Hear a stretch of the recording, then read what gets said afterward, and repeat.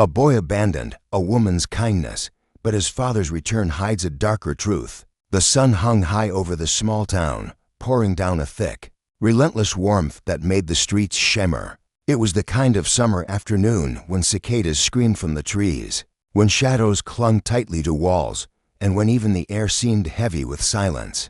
On a wooden bench by the side of a cracked and crumbling street, a little boy sat, his small legs dangling far above the ground.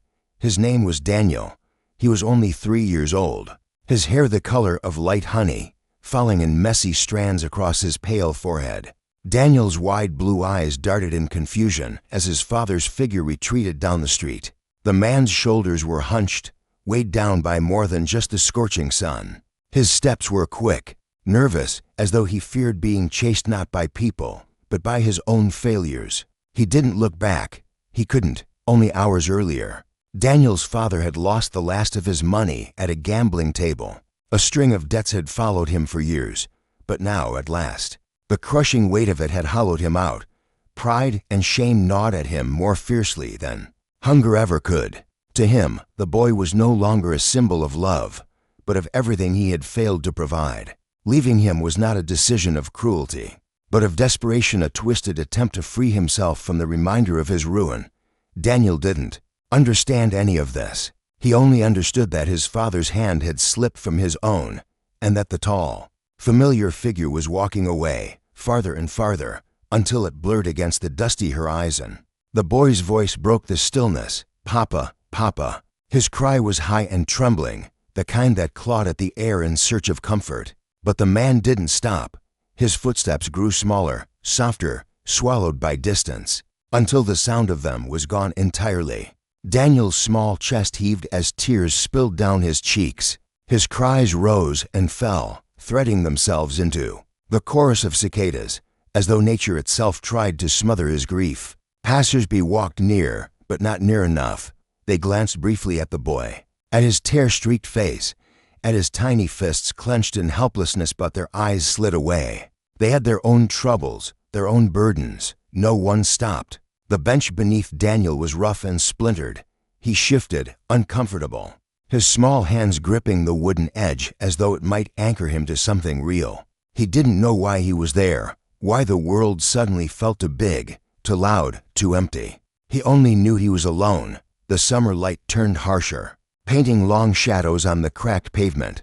The faint smell of dust and gasoline from passing cars drifted in the air. The sound of children playing somewhere far off only deepened Daniel's sense of abandonment. His cries softened to hiccups, his voice raw from calling for someone who would never turn back. He curled himself into the corner of the bench, pressing his face into his knees, hoping that if he made himself small enough, the world might forget him too. His tiny body shook with quiet sobs. Every passing minute stretched endlessly, each one a reminder that no arms were coming to lift him. No voice was coming to soothe him. At 3 years old, Daniel didn't yet know the meaning of debt, or shame, or betrayal. But he knew the feeling of emptiness, the way love could vanish in an instant, leaving only the echo of footsteps fading into the distance. And in that sweltering summer afternoon, surrounded by the indifference of a town too busy to care, a chapter of his life closed before it had even begun.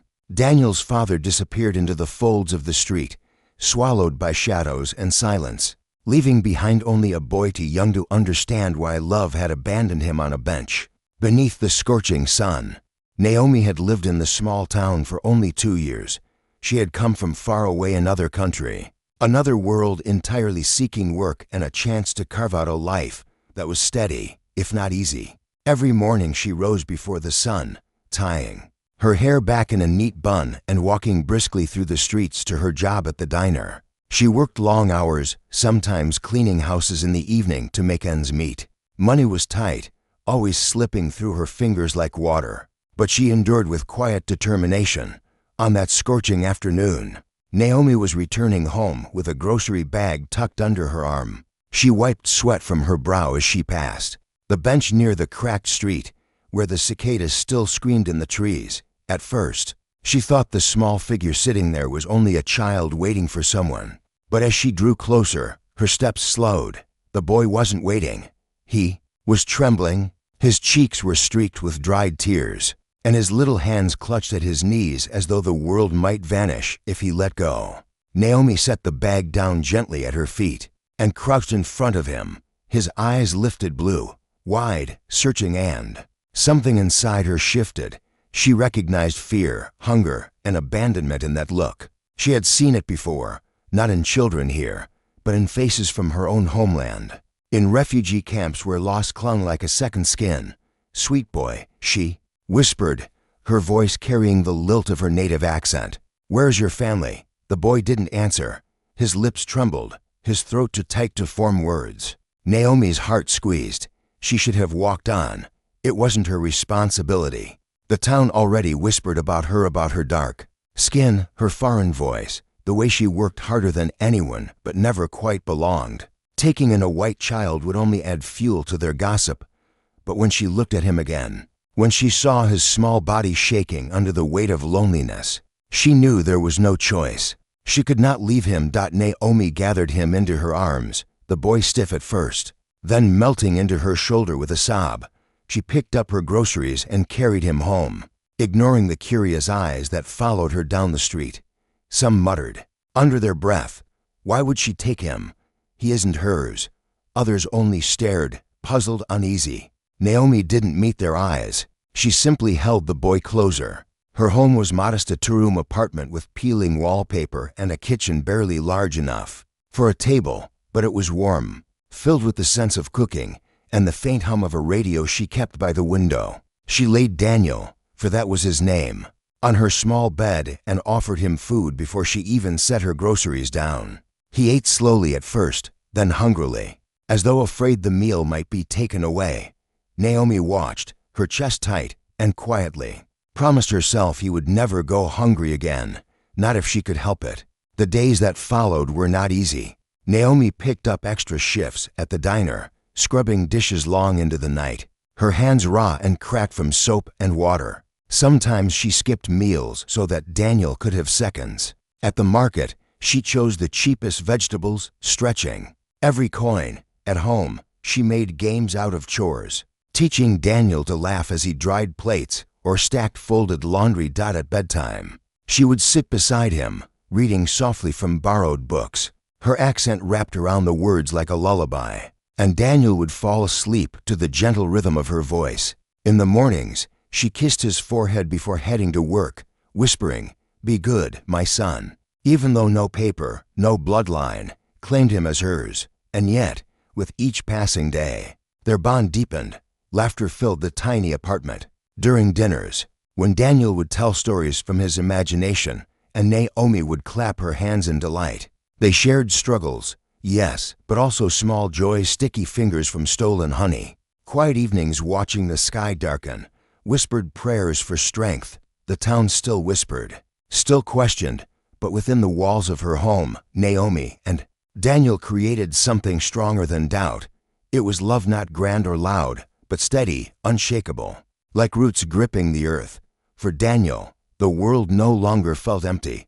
For Naomi, the boy became more than responsibility. He became family. And in that fragile, unassuming bond, a new story began, one stitched not by blood, but by choice. Years passed, and the little boy Naomi had carried home on that sweltering afternoon was no longer so little. Daniel grew tall, his pale skin and light hair a striking contrast to Naomi's deep complexion and dark braids. When they walked together through the streets of the town, heads often turned. At the grocery store, whispers trailed behind them. At the park, curious eyes lingered. And at school, where children learned quickly to repeat the prejudices of their parents, Daniel's life was never without questions. "Is that really your mom?" they asked him in mocking tones. "She doesn't even look like you." Sometimes the words were sharper. "Why would she keep you? You don't belong with her." The first time Daniel heard it, he was only 8 years old. He came home quiet that afternoon, dropping his bag by the door. Naomi found him sitting on the steps, his knees drawn up to his chest, eyes clouded with something she had feared, but hoped to shield him from doubt. "Daniel," she said softly, crouching beside him. "Talk to me, son. They said you're not my real mom." His voice cracked. "Is it true?" Naomi took his hand and placed it against her chest, where her heart beat steady. "Listen," she whispered. "Blood does not make a mother, love does. And I have loved you every day since the moment I found you. That makes me your mother." Tears slipped down Daniel's face, but he nodded. That night, as she tucked him into bed, he clung to her, whispering fiercely into her ear, "You're the only mom I've ever had." From then on, the words became his shield. Whenever whispers rose at school or strangers stared too long, Daniel would lift his chin and say them aloud, as if daring anyone to challenge the truth he knew in his bones. But the world did not grow kinder. As Daniel entered his teenage years, he stood out even more. His skin glowed pale under the sun, his hair catching streaks of gold, beside Naomi, whose every feature marked her as different in the small town. The contrast was undeniable. At school events, teachers often looked confused. "You're here for Daniel," they would ask Naomi, as though her presence needed confirmation. When Naomi nodded proudly, some smiled politely, while others hesitated, uncertain. Daniel would grip her hand tighter then, his jaw set. At home, life was no easier. Poverty clung to them like a shadow. Naomi often worked double shifts, sometimes leaving before dawn and returning long after dark. Their fridge was never full, but somehow she always managed to put food on the table. Daniel, now old enough to understand, began to help, taking odd jobs, mowing lawns, delivering papers, quietly slipping his earnings into the cookie jar Naomi used as her savings. They had nights when exhaustion won, when Naomi's shoulders sagged and her hands trembled from overwork, when Daniel's stomach growled louder than the cicadas outside. But even in those moments, laughter found them. Naomi would hum old songs from her homeland as she cooked, and Daniel would dance around the kitchen, making her laugh until her tiredness melted. The world outside judged them constantly. Neighbors whispered about the odd pair. Strangers asked inappropriate questions, tilting their heads as though Naomi owed them an explanation. But inside their small apartment, love ruled. There were evenings when Daniel sat at the table, bent over his homework, while Naomi sipped tea across from him, watching proudly. Sometimes he would look up and catch her gaze, and they would smile, an unspoken understanding passing between them. He knew she had sacrificed everything to give him a life. She knew carried her love like armor, unshaken by the cruelty of others. Their bond was tested again and again by poverty, by prejudice, by the endless curiosity of outsiders who could not comprehend a love that crossed color and blood. But each trial only strengthened what they already knew. To the world, Daniel stood out. To himself, he belonged, because in Naomi's arms, at her table, in her stories and laughter, he had found the only home that mattered. And so, though the world called them different, Daniel carried his truth like a banner. "She is my mother. She has always been my mother." In their little home, love always won. By the time Daniel turned 17, the quiet rhythm of his life with Naomi had begun to feel less like a sanctuary and more like a puzzle with missing pieces. He was tall now, shoulders broad, his pale skin and bright eyes setting him apart. In every crowd, Naomi still worked long hours, her hands worn but steady, her voice warm as ever when she asked about his day. Their laughter still filled their small home, yet beneath that warmth, Daniel had begun to notice the shadows. It started with a drawer, a narrow, wooden drawer at the bottom of Naomi's old dresser, always locked. Naomi never mentioned it, and Daniel never asked, but he noticed how she avoided it, how her hands hesitated whenever she dusted around it, as if the drawer itself carried weight too heavy to touch. Then came the photograph. Daniel found it one evening while searching for an old notebook in the closet. It was torn almost in half, edges frayed with time. On one side stood a man he didn't recognize, dark hair, sharp jaw, eyes that seemed to burn even from the faded image. The other half of the picture was missing. Daniel stared at it for a long time before shoving it back into the box, heart racing. He told himself it was nothing, that it belonged to someone from Naomi's past, maybe family she rarely spoke of. But the seed of doubt was already planted. Whispers at school returned to him. "She doesn't even look like you. That can't be your real mom." He had always brushed them off, defended Naomi fiercely. But now, at 17, standing on the edge of manhood, the questions began to claw at him. Who was he, really? For weeks he carried the questions silently, afraid of what answers might come. He studied Naomi with new eyes, her smile, her accent, her endless sacrifices. Every sign of love was there, undeniable. But love did not explain the locked drawer. It did not explain the torn photograph. It did not explain why. In the quiet moments, when Naomi thought no one was watching, her gaze lingered on him with something more complicated than affection. Something like sorrow. One evening, curiosity broke through fear. Naomi had just come home from her shift at the diner. Shoulders slumped, apron smelling faintly of fried food and coffee. Daniel sat at the table, the photograph clenched in his hand. "Mom," he began, his voice tighter than he meant it to be. "I need to ask you something." Naomi froze in the doorway, reading his tone before her eyes found the picture. The color drained from her face. She didn't move, didn't speak. "Who is this man?" Daniel demanded. "And why was this photo torn? Why do you keep that drawer locked?" His words spilled out now, sharp and trembling. "Tell me the truth." For a long moment, Naomi said nothing. The silence was unbearable, stretching between them like a chasm.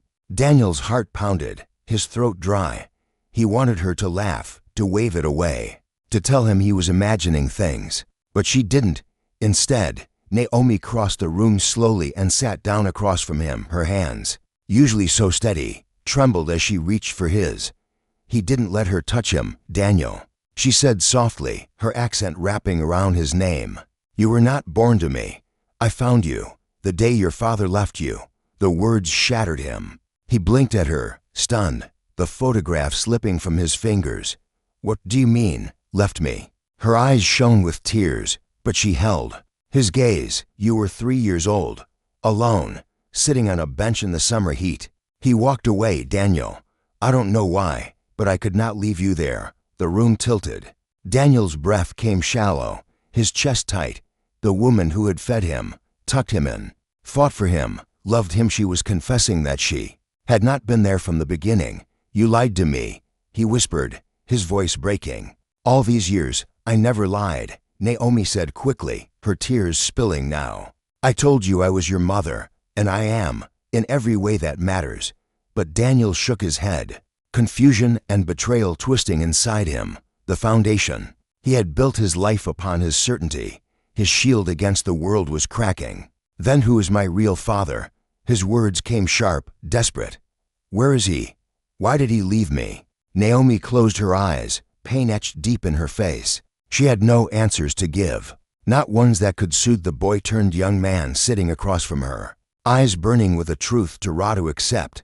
For the first time, Daniel looked at Naomi not only as his mother, but as the stranger who had once found him abandoned, and though love still bound them, a shadow had fallen between them, one that would not lift easily. The boy who had once believed he belonged completely now burned with a need to uncover the truth of the man in the photograph, and the past Naomi could no longer keep hidden. The knock came on an ordinary afternoon. The sun hung low, casting long golden streaks across the small house Naomi had built into a home. Daniel had been sitting on the porch, restless, the photograph of the mysterious man still buried in his desk drawer. Naomi was inside, folding laundry with the quiet rhythm of someone who had spent a lifetime enduring. When Daniel opened the door, time seemed to pause. There stood a man he had never seen in the flesh, but recognized instantly from the torn photograph. His hair, once dark, was now streaked with gray. His face was lined, roughened by years of wear and regret. His eyes, sharp in the photograph, now carried a weary dullness. He smelled faintly of tobacco and something older, like broken promises. "Daniel," the man said, voice gravelly, hesitant, "you've grown." Daniel's breath caught in his throat. He didn't know whether to slam the door or step closer. His hands trembled against the frame. Naomi appeared behind him, her body stiff, her face unreadable. Her gaze locked onto the man, and in that gaze Daniel saw everything: shock, pain, anger, and fear. But she said nothing. The man cleared his throat, shifting uncomfortably. "I'm your father." The words hit Daniel like a strike to the chest. He wanted to shout that he already had a parent, that Naomi was all he had ever needed. But his voice betrayed him, caught somewhere between disbelief and yearning. The man continued, fumbling for the right words. I know what I did. Walking away that day, his voice cracked. He looked at Naomi, then quickly away. I was a fool. I thought I couldn't take care of you. I was drowning in debt. In shame, I told myself leaving you would give you a better chance. But every day since, I've regretted it. His words tumbled out, heavy and desperate. I've changed. I don't gamble anymore. I don't drink. I've been clean for years now. I came back because I want to make things right. I want to know my son. Silence fell over the porch. The cicadas hummed in the distance, the world oblivious to the storm raging in Daniel's chest. Naomi stood still, her hands tightening around the folded cloth she carried. Her eyes glistened, but she made no move to interfere. Instead, she looked at Daniel, just Daniel, her silent message clear. This choice is yours. Daniel's heart thundered. He looked at the man, the stranger who had given him life. His features mirrored Daniel's own in faint traces, the curve of the jaw, the shape of the eyes. For the first time, Daniel saw himself reflected in someone other than Naomi, and yet, that reflection carried with it the echo of abandonment. Then he turned to Naomi, the woman who had fed him when she had nothing, who had worked 2 jobs so he could eat before she did, who had held him close during storms, who had laughed with him at the dinner table, who had stitched together his broken days with bedtime stories spoken in her soft accent. She had given him everything. And now, for the first time, he felt torn. The man, his father, watched him with pleading eyes. I can't undo the past, son. But please, give me a chance. Daniel's throat tightened. He wanted to scream at him, to ask where he had been all those nights Naomi had wept silently, where he had been when Daniel needed shoes, food, comfort. He wanted to reject him outright, yet something inside, a small, aching part, longed to believe him. Naomi remained quiet, though her silence was its own cry. Daniel could feel her heart breaking beside him, the quiet fear that she might lose the boy she had raised, the boy she had chosen. Daniel looked between them, the man who had walked away, and the woman who never had. The weight of choice pressed down on him like a storm cloud. He swallowed hard, his voice barely above a whisper. I don't know what to do. The man's eyes softened. Just let me try. Naomi turned her face slightly, as though bracing herself for the inevitable. She did not speak, but the sorrow in her eyes told Daniel she was preparing to accept whatever choice he made, even if it meant losing him for the first time in his life. Daniel felt the pull of 2 worlds, blood and love, abandonment and devotion. And in that moment, he realized the answer would not come easily. The man who gave him life stood before him. The woman who gave him everything stood beside him. And Daniel, trembling at the crossroads of his own story, understood that whatever choice he made, nothing would ever be the same again. For days after his father's sudden return, Daniel lived in a restless fog.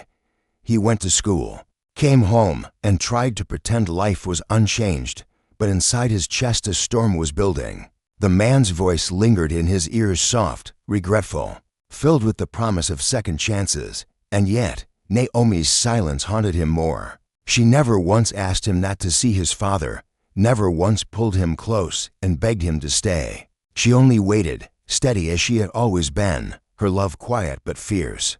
Daniel thought about meeting his father again, maybe for coffee, maybe in the park. He wanted answers, closure, something more than the fragments he had been given. He wanted to believe people could change, but truth has a way of clawing its way to the surface. And when it did, it cut deeper than any blade. It began with an overheard conversation. Daniel was on his way home from the diner one evening when he spotted his father outside the corner store. He was speaking with another man, low and hurried. But Daniel caught the words that made his blood run cold. The will says the boy has to be there. Without him, the money goes to charity. That's why I came back. Just need him to play along. Daniel froze. His father's voice, once dripping with remorse and warmth, was now hard, calculating. The other man muttered, "Think he'll believe you?" "He already does," his father replied, a sly edge in his tone. Naomi never told him. 15 years, and she never said a word. She made this easy for me." Daniel stumbled backward, his breath ragged, the world blurred. He wanted to scream, to run, to demand that the earth swallow the man whole. But his legs carried him home, shaky and weak, his mind unraveling. When he entered the house, Naomi was at the kitchen table, mending an old shirt by the dim light of a lamp. She looked up, instantly sensing something was wrong. "Daniel?" she asked softly. Setting down the needle, the words poured out of him, cracked and broken. He told her what he had heard, every word, every sting. Her eyes closed slowly, as though the weight of years was pressing down upon her shoulders all at once. "You knew," Daniel whispered, his voice trembling. "Didn't you? You knew about this inheritance. That's why he came back." Naomi's hands tightened around the fabric. She didn't answer at first. Then, with a sigh that carried both sorrow and love, she nodded double quotes yes. She admitted quietly, "I knew." The room felt smaller, the walls pressing in on Daniel. "Why didn't you tell me?" His voice cracked between anger and pain. Naomi's eyes glistened in the lamplight. "Because, my son, I wanted you to grow up knowing you were loved for you, not for what you could give someone. I didn't want you to feel like a possession, or worse, like a bargaining chip in someone else's greed." Her words were gentle, but they pierced Daniel's heart. He pressed his palms against the table, his whole body trembling. "So all of this he hasn't changed. He doesn't want me. He just wants the money." Naomi stood and walked to him, her steps slow, burdened by the truth she had carried alone for so long. She placed her hands on his shoulders, steady and warm. "He doesn't define you, Daniel. He never did. What he abandoned, I chose. What he saw as a burden, I saw as a blessing." Tears blurred Daniel's vision. For the first time, the pieces came together. His father's sudden return, his pleading eyes, his carefully chosen words. It had all been a performance, staged for the prize waiting at the end. And Naomi, the woman who had stitched his wounds, laughed at his jokes, and sacrificed her own meals for him, had kept the truth buried, not to deceive him, but to protect him. Daniel's heart cracked open under the weight of realization. The man who had given him life had not changed at all. Greed still drove his veins, the same greed that had stolen his childhood in the first place. He leaned into Naomi, his voice breaking. "I hate him." Naomi stroked his hair, holding him close. "No, child, don't let hate claim you. See him for who he is, and choose who you will be. You are not his mistakes." In that moment, Daniel knew blood did not make a father. Love did, and no inheritance, no money, no false promise could ever outweigh the life Naomi had given him. The truth, cruel as it was, had freed him. The evening air was heavy with silence, as though the world itself held its breath. Daniel stood in the doorway of the modest house, his hands clenched into fists, outside. His father waited, leaning against a battered truck. The man's presence seemed larger than life, his shadow stretching long across the gravel. But his eyes betrayed urgency, a hunger not for love, but for what Daniel now knew to be money. "Son," the man began, his voice softened into a counterfeit warmth. "You've thought about what I said, haven't you? I can give you a better life. You deserve more than this small town, more than this." He gestured vaguely toward the house, toward Naomi, who stood quietly by the porch, her arms folded. Daniel's throat tightened. For weeks, he had wrestled with this moment, torn between hope and betrayal.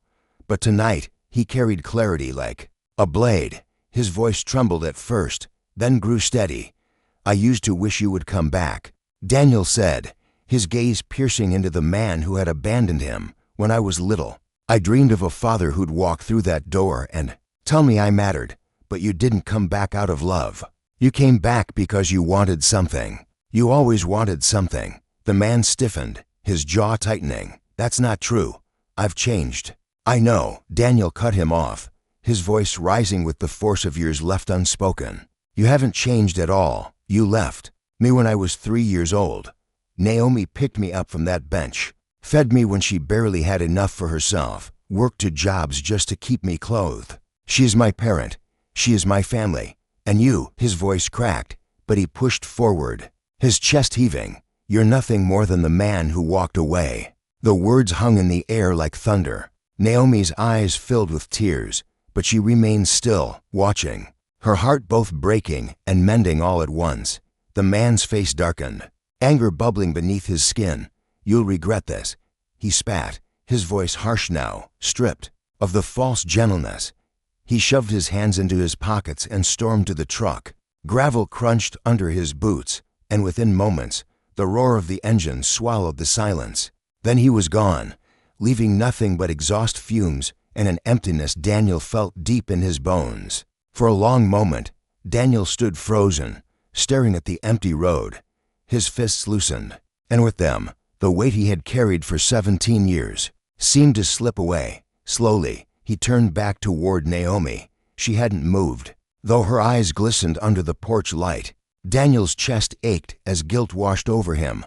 "I'm sorry," he whispered, his voice breaking. "I'm sorry for doubting you, for making you carry this alone.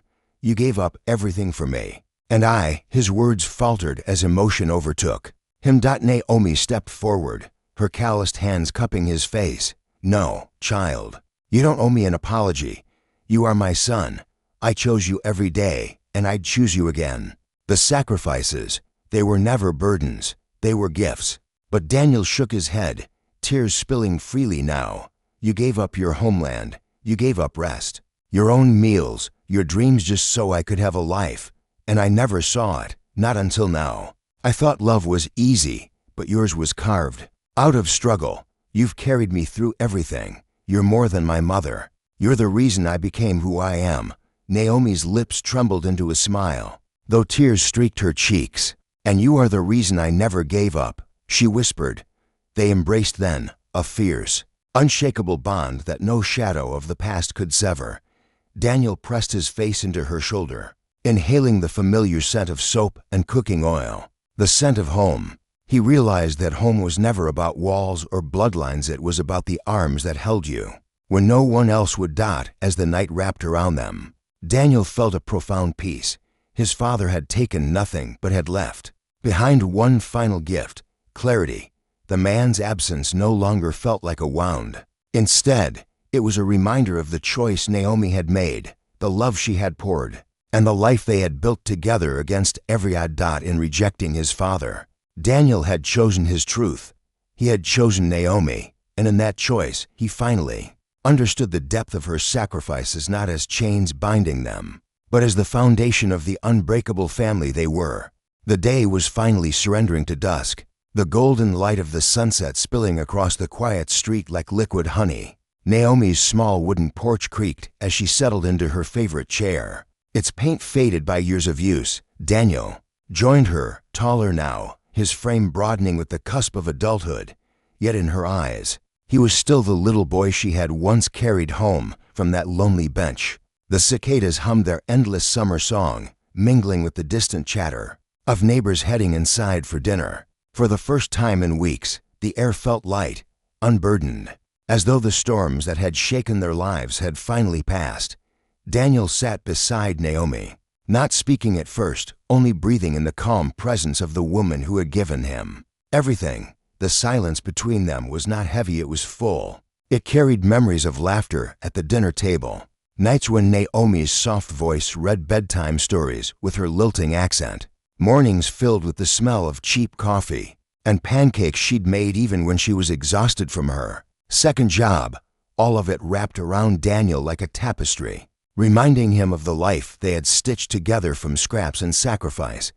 He shifted slightly, leaning against her, and let his head rest gently on her shoulder. Naomi's body stiffened for a moment, startled by the gesture. He hadn't rested on her like that since he was a child. Slowly, her hand rose and brushed through his hair, her fingers tender despite years of wear from hard labor. "You've always been my real mom," Daniel whispered, his voice breaking with raw honesty. The words were simple, but they carried the weight of 17 years of longing, doubt, confrontation, and revelation. Naomi's breath caught in her chest, tears pricked her eyes, hot and insistent, but she smiled through them, her heart swelling with a joy so deep it ached. She didn't speak right away, because sometimes love was too large for words. Instead, she squeezed his hand, letting the silence between them say what language could not. The sun sank lower, casting their shadows long across the porch, uniting them into a single silhouette. In that moment, Daniel felt no confusion, no emptiness about the man who had walked away. Blood had abandoned him. Greed had tried to reclaim him. But love had stayed quiet, constant, and unshakable. Naomi closed her eyes for a moment, listening to the rhythm of Daniel's breathing against her shoulder. It was steady, strong, and sure. She thought of the years when it had been fragile, when she'd stayed awake at night worrying if she was enough, if she could raise a boy so different from her in a world that was not always kind. Yet here they were together, stronger for the trials they had endured. The porch creaked again as the evening settled deeper, the first stars beginning to pierce the twilight. The air smelled of cut grass and the faint sweetness of honeysuckle. Life was still modest, still filled with struggles, but for the first time in a long while, Daniel felt that he truly understood what had carried them through. A voice not Daniel's, not Naomi's, but the quiet truth that lived in the spaces between them seemed to rise and linger. As though carried by the wind, family is not written in blood, but in love, sacrifice, and presence. Greed abandons, but love endures. A father may give you life, but a true parent is the one who chooses you again and again, no matter the cost. Daniel squeezed Naomi's hand, and she squeezed back. The golden light of the sun's last breath wrapped around them, not as individuals separated by skin or past, but as mother and son. Their story had been carved by hardship, but it stood as proof that the truest bonds were not inherited, they were chosen, nurtured, and sealed by the quiet strength of love. As the stars grew brighter overhead, Daniel knew this was the ending of one chapter and the beginning of another. Whatever the world threw their way, he would never again doubt who his real mother was, and Naomi, her heart full, knew she had never once been alone in her choice. Together, they were home.